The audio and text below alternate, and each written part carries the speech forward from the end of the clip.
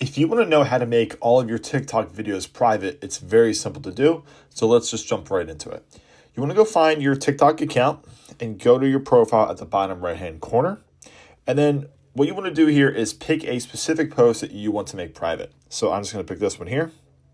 And from here, you want to hit the three dots at the bottom right-hand corner of that post. And then at the bottom, you want to swipe left until you see where it says your privacy settings. So once you're here, this is going to be able to affect a specific post itself, not all of your posts.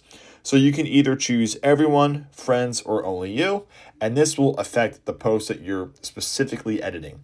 If you want to go ahead and make all of your videos private or all of your posts private, you want to back out of here, go back to your profile, and then go to the three bars at the top right corner, and then go down to your settings and privacy.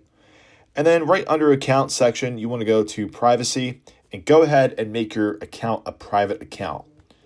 People that follow you will still be able to see some of your posts, but now to the outside world who does not follow you, they will not be able to see any of your videos or TikTok posts. And that's it.